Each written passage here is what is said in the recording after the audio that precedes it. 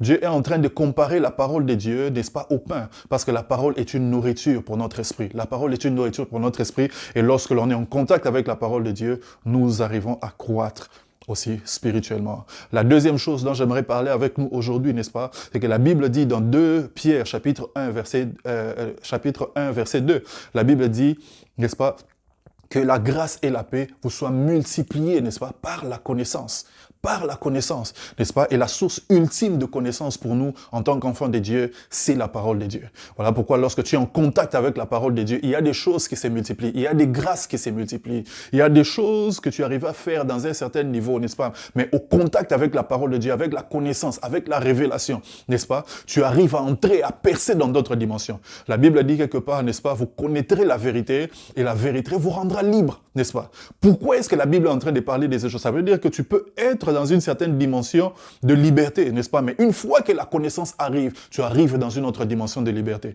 Et Dieu peut le faire en te mettant en contact avec la parole de Dieu.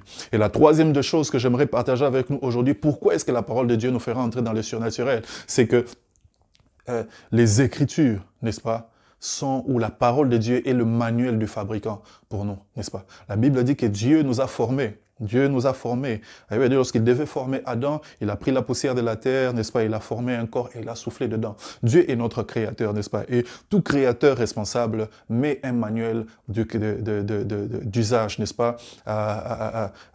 En disposition de ceux qui sont supposés user ou utiliser ce matériel. De la même manière que Dieu aussi étant un Père responsable, il a mis à notre disposition la parole de Dieu comme un manuel du fabricant.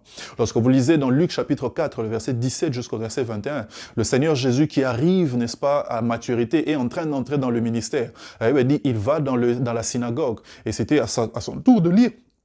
On lui remet le rouleau. Il avait dit qu'il le déroulait. Il a commencé à lire, n'est-ce pas, ce texte d'Ésaïe 61, « L'Esprit de l'Éternel est sur moi, n'est-ce pas, parce qu'il m'a oint, afin d'annoncer, ainsi de suite. » Lorsqu'il finit, la Bible dit qu'il roule et remet au serviteur et il s'assoit. Et tout le monde commence à le regarder, comme un peu en train de s'attendre à ce qu'il dise quelque chose. Et la chose qu'il dit, c'est qu'il dit, aujourd'hui, cette parole des Écritures a été accomplie. N'est-ce pas? Aujourd'hui, cette parole des Écritures a été accomplie. Chaque fois que tu ouvres la Bible, n'est-ce pas, pour la lire, sache qu'il y a quelque chose des Écritures qui a été dit à ton sujet.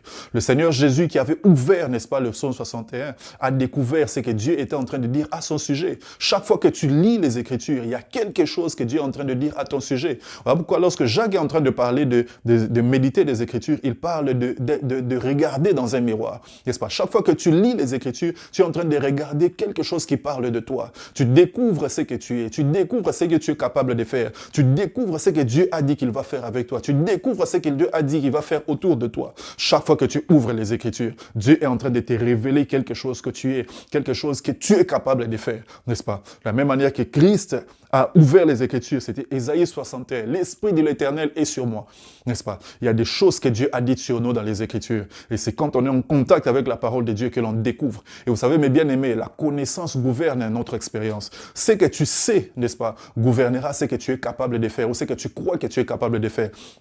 Nous l'avons dit l'autre fois, n'est-ce pas, dans Romains chapitre 10, verset 17, la Bible dit, la foi vient de ce que l'on entend, ce que l'on entend vient de la parole de Christ, n'est-ce pas? Et la parole de Christ est porteur de la connaissance que Dieu est en train de nous communiquer. Elle est porteuse, la parole est porteuse, n'est-ce pas, de la connaissance que Dieu veut que nous puissions avoir sur nous-mêmes et sur ce que nous sommes capables de faire. Et lorsqu'on est en contact avec cette parole, elle produit avec nous la foi d'avancer et de faire ces choses. Et ce matin, je crois que Dieu est en train, n'est-ce pas, de nous façonner au travers de sa parole pour croire que la parole de Dieu est elle-même surnaturelle. Elle est capable de nous introduire dans le surnaturel. C'était votre frère, le pasteur Cédric Néhémie Lukusa. J'aimerais que l'on prie pendant 2 minutes. Seigneur notre Dieu, merci pour ces moments. Merci pour mon frère, ma sœur qui a suivi ce message. J'ai voulu le transmettre comme je le pouvais. Mais je crois, Seigneur notre Dieu, que tu vas au-delà, Seigneur notre Dieu, de ce que je pense, au-delà de ce que j'ai dit.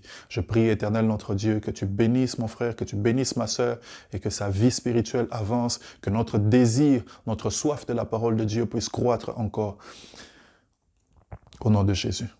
Amen. Que Dieu nous bénisse.